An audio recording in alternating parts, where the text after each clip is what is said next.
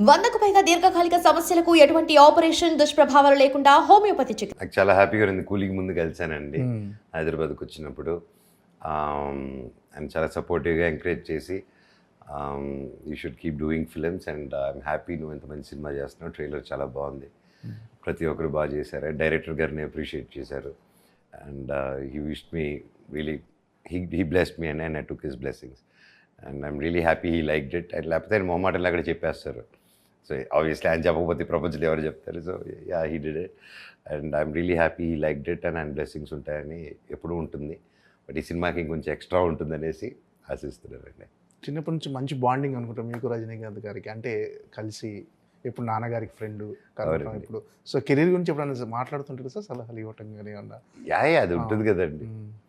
So ఇప్పుడు father friends అంటే మన అందరి ఇళ్ళలో ఫాదర్ ఫ్రెండ్స్ మన అంకుల్స్ వచ్చి క్లాసులు పీకుతారు, అలాగే అవుతుంది. బట్ అంకుల్ది అలా ఉండదు, ఆ స్టైల్ ఉండదు. ఓకే, ఆయనది ఆ స్టైల్ ఉండదు. హీఈస్ లైక్ ప్రాక్టికల్గా ఆయన ఒక కథలాగా ఏదో ఒకటి చెప్పి సింపుల్ అంటారు. He బ్యాక్సెస్ up. సో హార్ష్గా ఉండదు ఆయనది. కాకపోతే వచ్చిందంటే మాత్రం దగ్గరికి ఎవరు వెళ్ళలేరు. ఓకే, ఆ ఫైర్ తట్టుకోలేరు ఎవరు. ఓకే. అంటే మీ సినిమాల్లో ఖచ్చితంగా మనోజ్ ఉన్నాడంటే ఏదో ఒక రిస్కీ షాట్స్ అవి ఖచ్చితంగా ఉంటాయి. సో మిరాయిలో అలాంటివి ఏమైనా చూడబోతున్నాం మనం? ఉన్నాయండి, చాలా ఉన్నాయి. అండ్ దానికి ఎఫర్ట్స్ ఏం చేసాం ఏంటనేది ఇక కపుల్ ఆఫ్ ఒక 1 or 2 days ఏదో మేకింగ్ వదులుతున్నారు అనుకుంటాను. సో దాంట్లో మీకు తెలుస్తుంది what all work we did and what training you went through అనేది. అంటే మీకు టఫెస్ట్గా ఛాలెంజింగ్ అనిపించిన సీన్స్ ఏమన్నా ఉన్నాయి అసలు? ఇలాంటి ఒక యాక్షన్ సీన్స్ కానీ అలాంటివి ఏమన్నా దీంట్లో? ఆ క్లైమాక్స్ అప్పుడు నాకు ఫైనల్గా భైరవం ప్రెస్కి జనాల్లోకి వెళ్ళినప్పుడు హెవీగా లాగి నాకు ఇది స్లైట్ ఆల్మోస్ట్ డిస్లోకేట్ అవ్వలేదు, ఆల్మోస్ట్ అవ్వబోయింది ఓకే రిస్ట్. సో ఆ బ్యాండ్ పెయిన్ ఉన్నింది నాకు. సో అండ్ దాని ఇమీడియట్గా క్లైమాక్స్ ఫైట్ ఉన్నింది నాకు ఓకే ఆ రిలీజ్ వెంటనే. సో ఇంకా సగం తీసాము, అనదో సగం పాటు విచ్చి తీయాలి స్వర్డ్. అండ్ మొత్తం ఏంటి కత్తి తిప్పడంలోనే ఇంతే కత్తి తిప్పడం. ఈ రిస్ట్ నాకు వేసింది ఏంటి కట్టి ఇలా కదలకుండా ఇలా ఉన్నింది.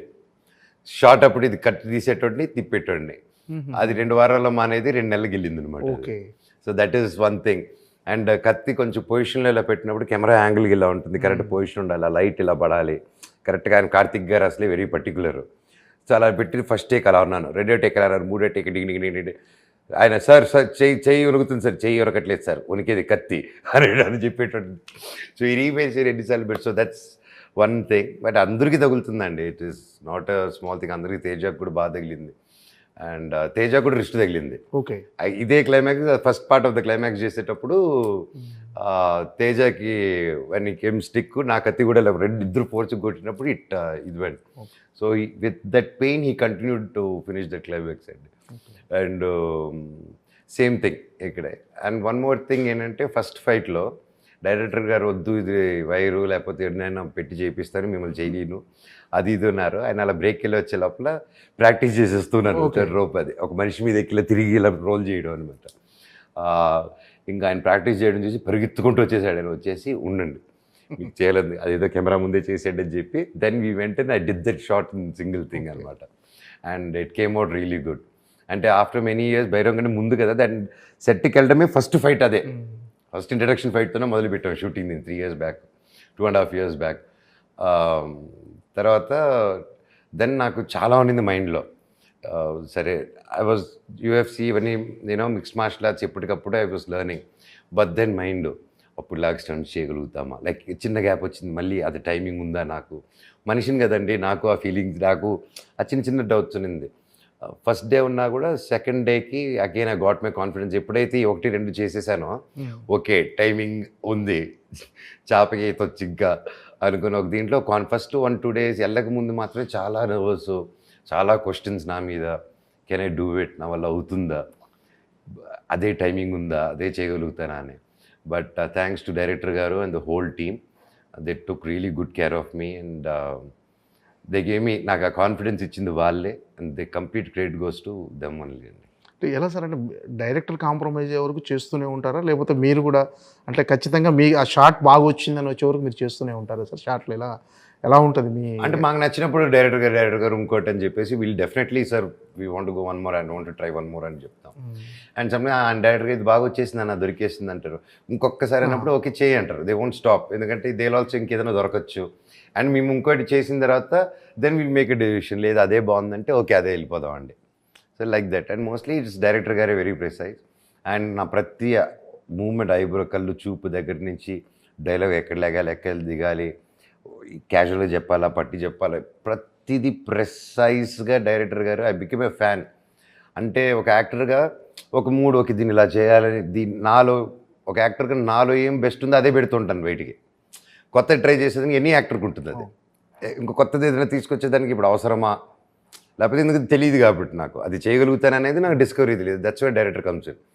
నాకు తెలియంది నేను ఓకే ఇలా ఆలోచిస్తే ఇలా చేయగలుగుతానా అనేది he taught me many things అండి. ఐ థింక్ హీజ్ నాకు చంద్రశేఖర్ ఎలియేటి గారి తర్వాత అన్ని టెక్నిక్, అన్ని ఇది ఆభావాలు ఎలాగ ఇది చేయాలని నాకు క్రిస్టల్ క్లియర్గా నేర్పించింది కార్తీక్ ఘట్టమనేని గారండి.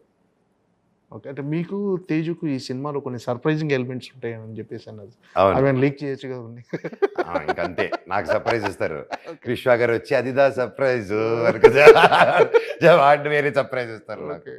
సో రియలీ అండి, ప్రొడ్యూసర్ గారు కూడా విశ్వ గారు తప్ప వేరే వాళ్ళు ఇంత సపోర్ట్ చేసి ఉంటారా అనేది నమ్మల్ని ఐ కాంట్ టెల్ అండి. బికాస్ ఇది ఎప్పుడో హనుమాన్ రిలీజ్ అయిన తర్వాత చేస్తే ఓకే, అప్పుడు చాలా మంది చేస్తారు పాన్ ఇండియా హిట్ అయిందని.